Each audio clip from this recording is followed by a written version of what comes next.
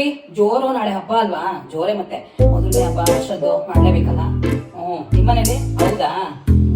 ಸರಿ ಸರಿ. ಅಲ್ಲ ರೀ, ನಾನೇನು ಅನ್ಕೊಂಡಿದ್ದೀನಿ ಗೊತ್ತಾ ಹೇಮ, ನನ್ನೊಂದು ಸರ ಇದೆ ಚೆನ್ನಾಗಿರೋದು, ಇಬ್ಬರು ಸೊಸೆಯಲ್ಲಿ ಒಬ್ರು ಕೊಡೋಣ ಅನ್ಕೊಂಡಿದೀನಿ ನಾಳೆ ಹಬ್ಬಕ್ಕೆ. ನೀವೇನಂತೀರಾ? ಬೇಡ ಅಂತೀರಾ? ಇಲ್ಲ ಕೊಡೋಣ ಅವಾಗ, ಆದ್ರೆ ಒಬ್ರಿಗೆ ಕೊಡೋದು ನಾನು ಈ ಸರಿ.